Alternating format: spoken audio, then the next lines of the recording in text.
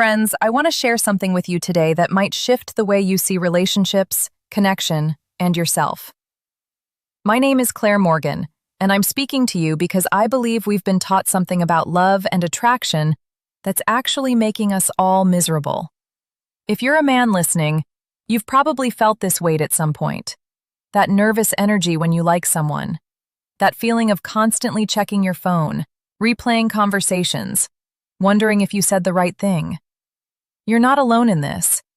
Millions of men feel this exact way, and I want you to know that there's a gentler path forward. It doesn't require you to be someone you're not. It requires you to be more authentically yourself than ever before. Here's what I've noticed after years of talking to people about relationships. Most men are exhausted from chasing. They're running after validation, after a text message, after a smile that tells them they're enough. And the sad part is, they don't even realize they're doing it. They think they're being romantic or dedicated. But what's really happening is they're giving away their power. Every time you care more about what she thinks than what you think about yourself, you lose a piece of your own strength. It's like slowly handing over the keys to your happiness to someone else. Now, here's something beautiful and important. You don't have to chase. I know that sounds almost too simple, but please stay with me because this changes everything. When a man starts chasing, it becomes more than just actions. It becomes a way of being. It changes how you walk, how you speak, the energy you carry into a room. Women can sense this, even if they can't name it. There's something ungrounded about it. There's a neediness that has nothing to do with love and everything to do with self-doubt. You see, most men think they're looking for a girlfriend when what they're actually looking for is someone to tell them they're okay. They want external proof that they're worthy. The woman becomes the mirror they're desperately looking into, hoping it will finally tell them they're enough. Think about how you change when you really like someone. Suddenly, you're reading into every text. You're waiting to reply because you don't want to seem too eager. You're replaying the day like a movie, looking for your mistakes. One minute you're confident and relaxed, and the next minute you're anxious and grasping.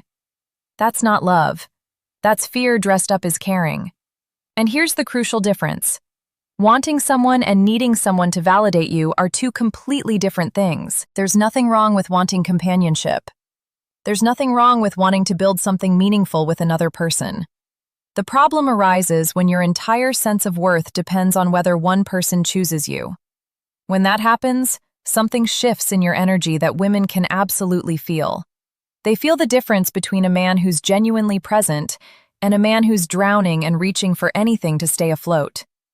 One feels like sunshine. The other feels like weight.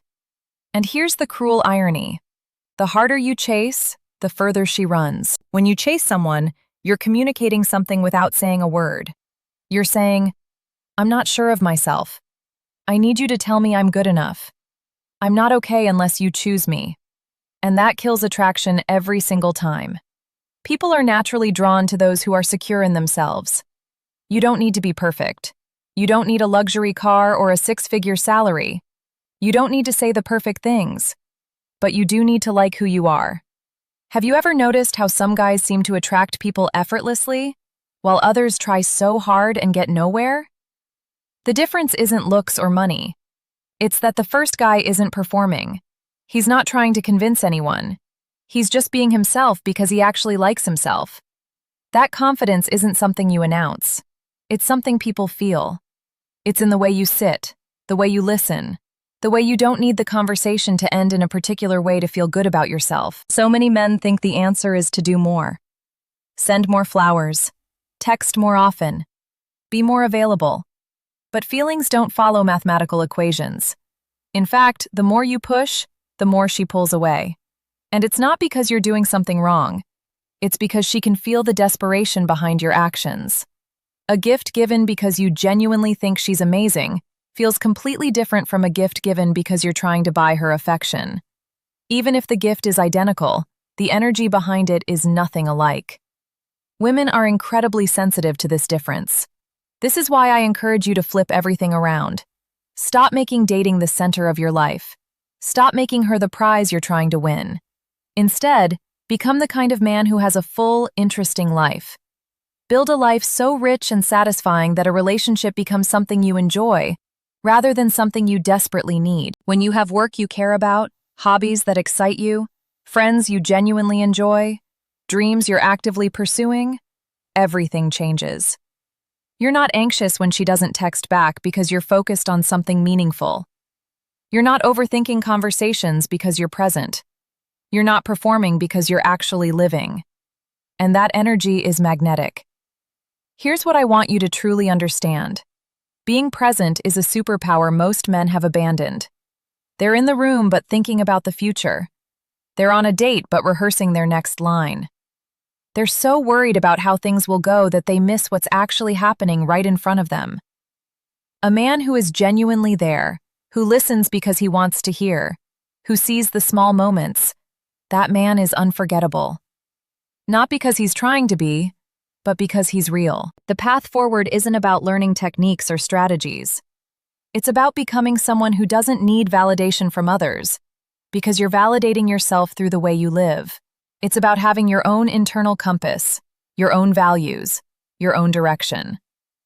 When you build this foundation, something remarkable happens. You stop chasing.